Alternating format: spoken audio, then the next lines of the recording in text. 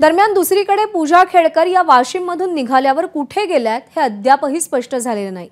पुणे पोलिसांनी 3 वेळा नोटीस बजावून देखील त्या पुणे पोलिसांसमोर हजर राहिल्या नाहीत।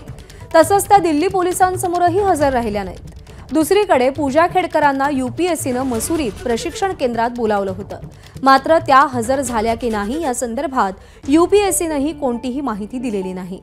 त्यामुळे यूपीएससी पूजा खेडकरांबाबत माहिती देण्यास टाळाटाळ करतेय का असाही प्रश्न आता उपस्थित होतोय।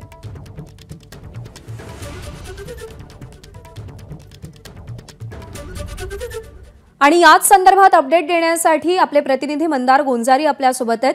मंदार, पहिला प्रश्न आहे मनोरमा खेडकर यांच्या सुनावणी संदर्भातला। आज कोर्टात काय होण्याची शक्यता आहे? आणि अर्थात दुसरा प्रश्न पूजा खेडकर यांच्या संदर्भातला। 6 दिवस उलटून गेलेत पण यूपीएससी कोणताही जाब विचारत नाहीये किंवा तशा काही हालचालीही दिसत नाहीये। मनोरमा खेडकर या सध्या न्यायालयीन कोठडीमध्ये आहेत। पुण्यातील येरवडा कारागृहामध्ये आहेत।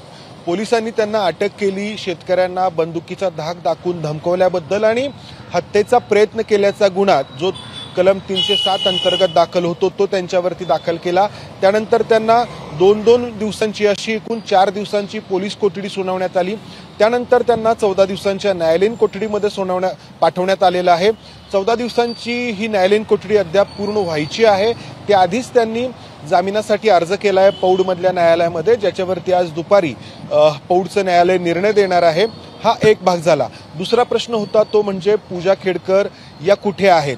खरं तर या प्रश्नाचं उत्तर देण्याची जबाबदारी पूजा खेडकर आणि त्यांच्या कुटुंबियांची जेवढी आहे त्याहून अधिक यूपीएससीची आहे, कारण खूप सारे प्रश्न यूपीएससीच्या कारभारावरती या सगळ्या प्रकरणामुळे उपस्थित झालेले आहेत। या प्रश्नांची उत्तरं तेव्हाच मिळू शकतील जेव्हा पूजा खेडकर यूपीएससीच्या समोर येतील, मसुरी इथल्या प्रशिक्षण केंद्रात येतील।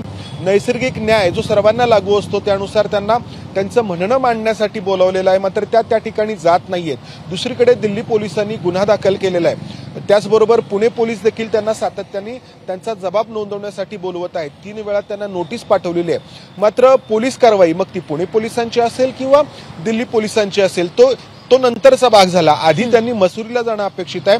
त्या गेल्यात का आणि जर नाही गेल्या तर यूपीएससीने पुढे काय कारवाई केली हे यूपीएससी कडून सांगितलं जात नाहीये। त्यामुळे संशय आणखी बळावतोय, कारण या पूजा खेडकर मुळात आयत झाल्याच कशा याबद्दल जे अनेक प्रश्न आहेत ते अजूनही निरुत्तरित आहेत। त्यांनी दिव्यांगांची खोटी प्रमाणपत्र मिळवली इथपर्यंतच्या गोष्टी सर्वांना ठाऊक आहेत, मात्र त्यानंतर ज्या पूजा खेडकरांना यूपीएससीने आधी नाकारलेलं होतं त्याच यूपीएससीने त्यांना कसं काय स्वीकारलं या प्रश्नांची उत्तरं खरं तर यूपीएससीने स्वतः द्यायची आहेत। मंदार, धन्यवाद दिलेल्या सगळ्या सविस्तर माहितीसाठी। एबीपी माझा, उघडा डोळे बघा नीट।